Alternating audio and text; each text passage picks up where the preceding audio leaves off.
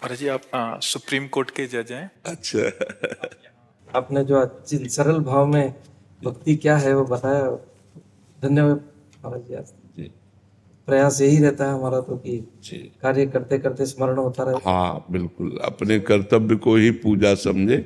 कर्तव्य में भय और प्रलोभन का त्याग करके अपने शपथ वही है हमारी। हाँ, अपने कर्तव्य का भय और प्रलोभन से यदि हम हट करके, तो हमारी कर्तव्य पूजा हो जाएगी।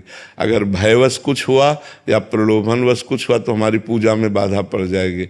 हमें समय मिले तो और भी पूजा करें, नहीं सबसे बड़ी पूजा है अपने कर्तव्य का पालन करना, जो भगवान ने हमें कर्तव्य दिया, और नाम जप कर अंदर ही अंदर भगवान का स्मरण करता रहे।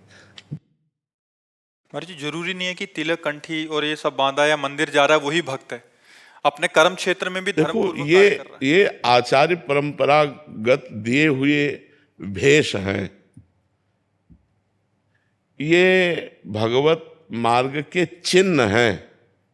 जैसे हम तिलक लगाए हैं, जटा रखाए हैं, कपड़ा पहने, ये हमारे सांप्रदायिक वेश हैं, साधु के वेश हैं।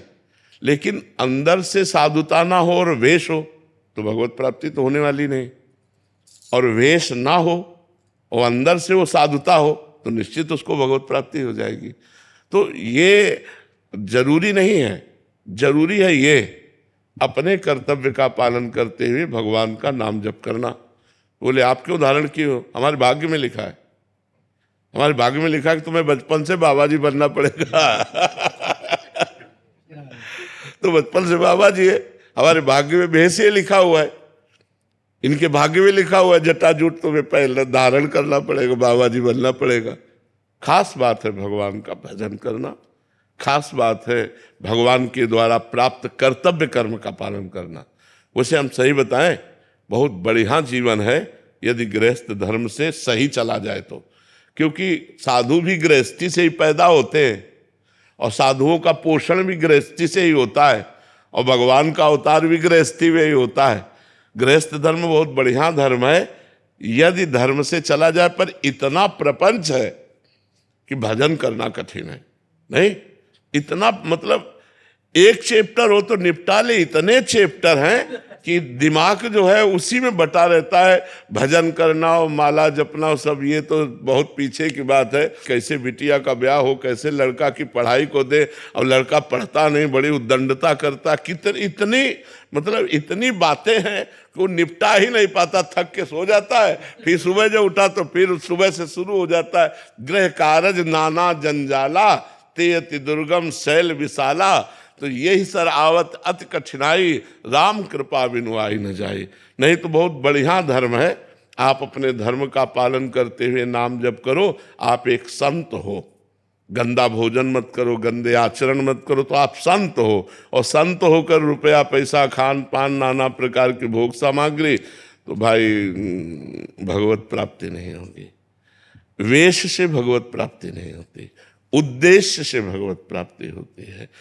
वेश तो प्रारब्धानुसार जन्मांतरों का सुकृत उदय होता है, तब विरक्त मार्ग मिलता है कि एकांत में भगवान का चिंतन। अब हमारे पास एक ही चिंतन है, भगवान का चिंतन करो। कोई और न लड़का, न बच्चा, न परिवार, और न स्वयं खाने की चिंता। स्वयं खाने की चिंता नहीं, भगवान दे रहे हैं, ना दे तो भूखे भी रहे हैं। जैसे भगवान रखे वैसे कोई चिंता नहीं, केवल भगवान का भजन, ये भगवान ने दिया है। लेकिन आप दूसरों की चिंता करते हुए भजन कर रहे हैं, ये बहुत बड़ी बात है। एक कोई काम गृहस्थी का दे दो तो हम परेशान हो जाए। तुम्हारे पास 100 काम है फिर भी राधा राधा कर रहे हो, विचार करके देखो। 100 काम है फिर भी आप समय निकाल के राधा राधा कर रहे हो, बहुत बड़ी बात है। एक बार किसी संत ने कहा कि आप गृहस्थ भक्त को प्रभु श्रेष्ठ मानते हैं या विरक्त भक्त को? तो भगवान ने कहा गृहस्थ भक्त को। विरक्त तो रात दिन हमारे में लगे हुए हैं, लेकिन तो उन्होंने कहा प्रभु विरक्त तो सर्वश्रेष्ठ है, क्योंकि सब कुछ त्याग कर आपके लिए। तो उनका एक काम करो, इस प्रश्न का उत्तर बाद में देंगे। एक बड़ा सा कटोरा दिया और घी भरा और कहा हमारे इसके राउंड लगाओ आसन के, एक बूंद अगर घी गिरा तो सुदर्शन चक्र पीछे है। अरे बोले प्रभु समस्या में डाल दिया। बोले एक राउंड लगाओ, पूरा राउंड लगा के आए। बोले कई बार हमारा भजन किए? बोले भजन वो पीछे सुदर्शन चक्र, ये हमारा पूरा चिंतन था कि एक बूंद न गिरे। तो बोले सोचो तुम्हें एक काम दिया है कि घी एक बूंद गिरने ना पावे, तो तुम एको बार नाम नहीं जप किए। और गृहस्थी में सैकड़ों काम है और वो सब काम निपटाता हुआ भी राम राम कृष्ण कृष्ण हरि हरि रटता है। इसलिए वो गृहस्थ धर्म से ही सब धर्मों का पालन होता है, सब धर्मों का पालन होता है। पर आप अगर भगवान का भजन कर ले तो सर्वश्रेष्ठ संत हैं, क्योंकि संतों की भी सेवा, परिवार की भी सेवा, समाज की भी सेवा और भगवान का भी भजन कितनी बड़ी बात है। हमारे पास एक ही काम है, केवल भजन, दूसरा काम नहीं। तुम्हारे पास सैकड़ों काम होते हुए भी भजन है, ये बहुत बड़ी बात है। बस चलते रहो, गलत आचरण मत करो, गंदा खान पान मत करो, नहीं तो बुद्धि फिर भजन में नहीं लगेगी।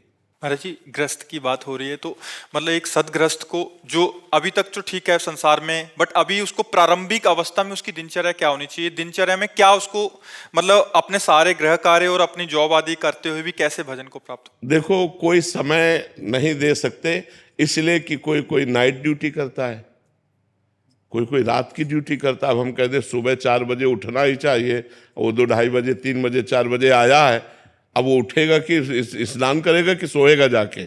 हमें लगता है जब हमें समय मिले गृहस्थी में, अब सुबह से कई ऐसे कार्य होते हैं, अब रात में पानी लगाना है किसान को, अलग अलग कई ऐसे कार्य होते हैं, व्यापार में उसको विदेश जाना है, ऐसे कई कार्य होते हैं जिनसे गृहस्थी में एक दिनचर्या नहीं रह सकती, एक दिनचर्या नहीं रह सकती। तो सबसे बड़ी गृहस्थी की साधना है कि हमारे दरवाजे से कोई भूखा ना जाए और हमारे अंदर नाम चलता रहे, बस सबसे बड़ी साधना है।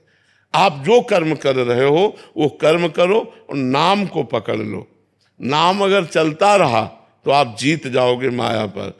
कलयुग केवल नाम आधारा, सुमिर सुमिर। हम ये नहीं कहते कि 4 बजे उठ करके पूजा में बैठ जाओ, क्योंकि बहुत सी ऐसी समस्याएं हैं जो 4 बजे उठने वाला समय नहीं मिल पाएगा। जब आप उठ पाओ, भगवान का स्मरण करो, नाम जब शुरू करते हुए अपने अपने कार्य प्रणाली में लग जाओ। अब गृहस्थी में माताओं बहनों को जैसे सुबह उठिए और ये देखिए कि पति कै बजे ऑफिस जाएगा, बालक कै बजे स्कूल जाएगा। पति और बालक को तैयार कीजिए, उसको स्कूल भेजिए, उसको ऑफिस भेजिए या अपने काम में जा रहा है उसको तैयार करके टिफिन सबके फिट कर दिए। अब कोई काम नहीं है, पर्दा ठाकुर जी का खोला, उनकी पूजा की, वो चाहे 10 बजे हो चाहे 11 बजे हो। अब पति को ऑफिस जाना, बच्चे को स्कूल जाना और तुम पूजा का विस्तार कर रहे हो तो सब बिगड़ जाएगा, नहीं बिगड़ जाएगा? वो तो हमें लगता है गृहस्थ धर्म में अपने संबंधों का निर्वाह करना ही सबसे बड़ी पूजा है। अपने पति को भगवान मानना, पुत्र में भगवान को देखना, सुंदर भोग बना के उनको पवाया, टिफिन लगा दिया, उनको भेज दिया। ये गृहस्थी में ये नहीं कि भाई हम तो कर ले तो तुम्हारा मन हो करो, नहीं हम पूजा वो। तो हमें लगता है अपने कर्तव्य का पालन करना सबसे बड़ी पूजा है। अपने कर्तव्य में चूक गया तो पूजा पूजा नहीं है। हम एक पूजा शब्द से हमारे दिमाग में एक बात आ जाती, ठाकुर जी की छवियाँ, आरती, अगरबत्ती लगा, ये हमें लगता है कि यही पूजा नहीं है, यही पूजा नहीं है। अगर यही पूजा होती तो श्री कृष्ण कर्मण्येवाधिकारस्ते मा फलेषु कदाचन, भगवान ने आदेश किया कर्म के लिए। भगवान कहते हैं अपने कर्म को करो, फल की आकांक्षा मत करो, सबसे बड़ी पूजा है। और भगवान ने कहा माम स्मरण, मेरा स्मरण, अनन्य चेता सततम यो माम स्मरति नित्य सा, जो निरंतर मेरा स्मरण करता है, ये सबसे बड़ी बात है। राधा राधा राधा राधा, कृष्ण कृष्ण कृष्ण, ये तो चलते फिरते उठते बैठते वो सब ठीक हो जाएगा।